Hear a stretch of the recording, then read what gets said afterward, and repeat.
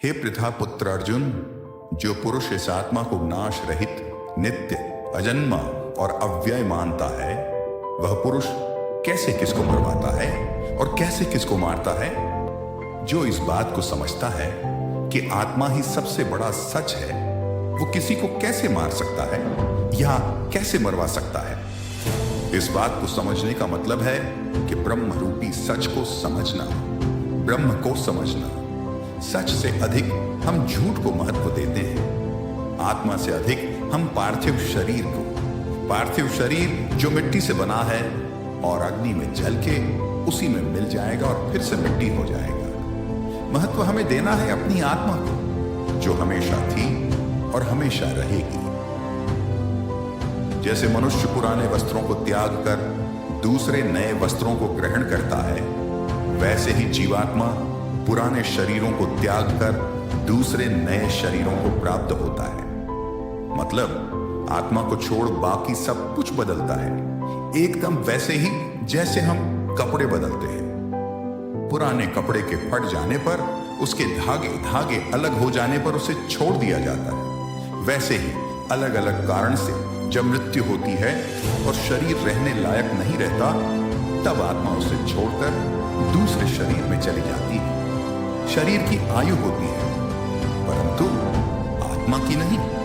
जब देह की आयु पूरी हो जाती है तो उसकी सांसें रुक जाती हैं और आत्मा अपने एक घर को छोड़कर दूसरे घर में जाती है।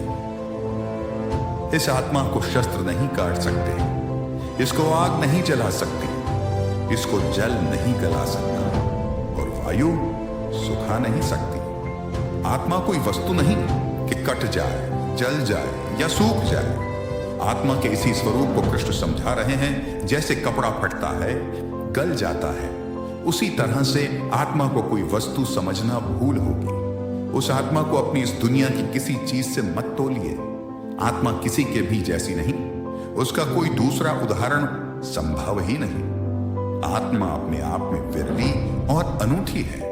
यह हमसे पहले भी थी और आगे भी रहेगी। यह आत्मा अच्छेद्य है, इसे छेदा नहीं जा सकता। यह आत्मा अदाह्य है, इसे जलाया नहीं जा सकता। अक्लेद्य है, मतलब गीला भी नहीं किया जा सकता।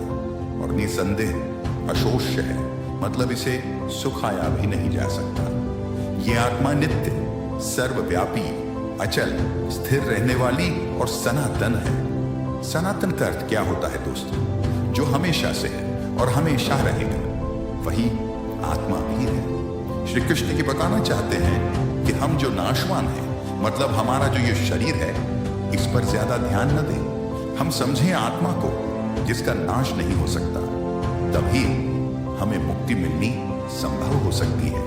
वरना मोह और दुविधा में हम हमेशा फंसे रह जाएंगे। जैसे कि अभी अर्जुन फंसा हुआ है और अपना कर्म करने को तैयार ही नहीं।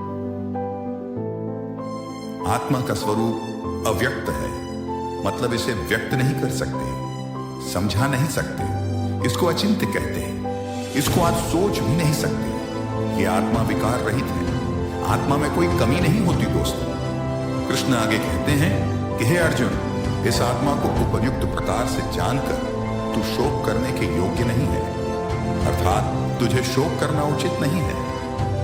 आत्मा अव्यक्त इसलिए है क्योंकि इस आत्मा को हम अपनी इंद्रियों से नहीं समझ सकते।